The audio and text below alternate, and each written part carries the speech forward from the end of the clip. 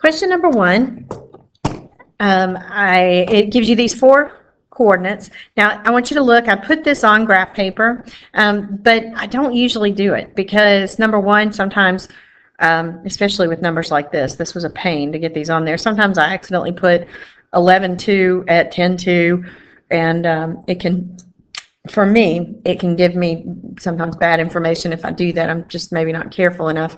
So what I'm going to do is just show you how these work on the coordinate plane, and then explain to you how in the next few videos how to do it without having to do this every time. Okay, so with quadrilaterals, the first thing I do is just start out with the slope. So from B to C, that'll be my first slope that I'm going to calculate. If I start at 12 for the y's and end at 13, I went up 1. And then for the x's, if I started at -1 and ended at 10, that means I went up 11. So the slope here of side BC is 1/11. I'm going to do the same thing from C to D. If I start at 13 and ended at 2, that's -11. I went down 11. Okay, and if I started at 10 and ended at 11, that's up 1. So the slope here is -11. From D to A, if I start at 2 and end at 1, that's down 1. And from 11 to 1, that means I went down 11. Okay, so -1 over -11 is 1/11. And that's the slope there. And then the last slope, if I start at 1 and end at 12, I went up 11.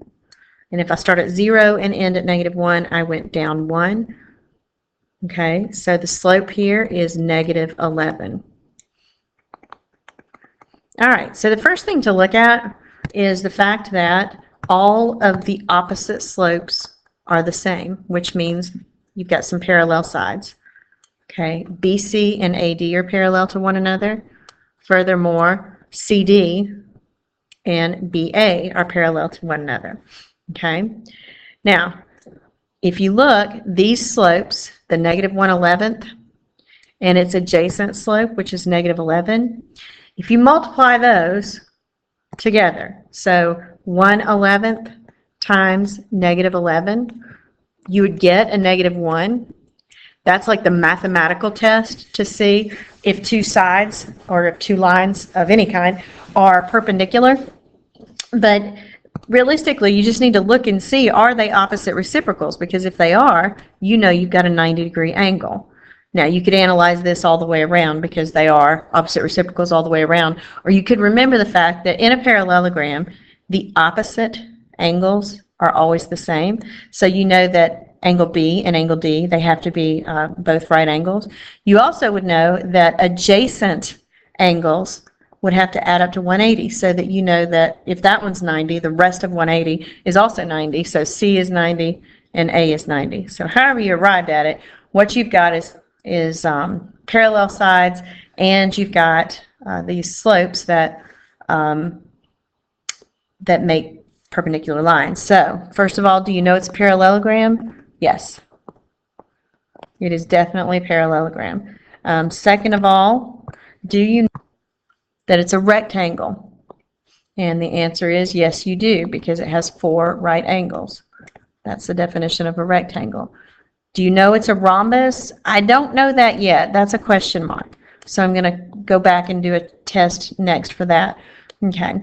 If it's a rectangle and a rhombus, it's going to be a square.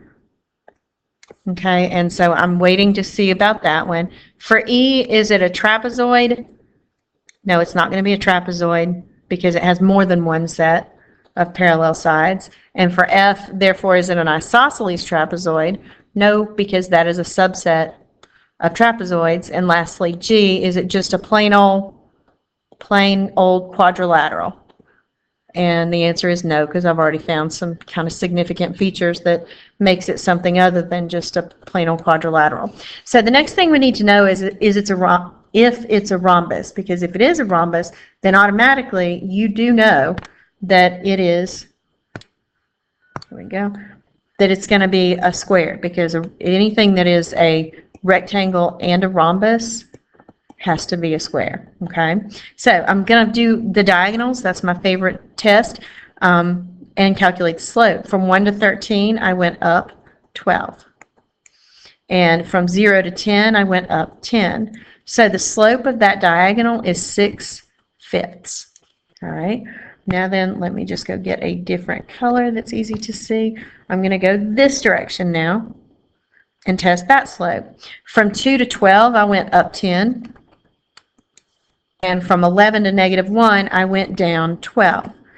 10 over -12 is the same as -5/6. If you compare -5/6 with 6/5, they are opposite reciprocals. Also, if you multiply, that would be -30 over 30, which gives you -1. So you do know absolutely now and without a doubt that these are all right angles all through the middle. And if they're all right angles, then it is a rhombus. Get rid of these arrows here. Then it is a rhombus. So we know it's a parallelogram, a rectangle, and a rhombus. The combination of rectangle and rhombus together means you know it's a square. So the answer to number 1 is A, B, C, and D.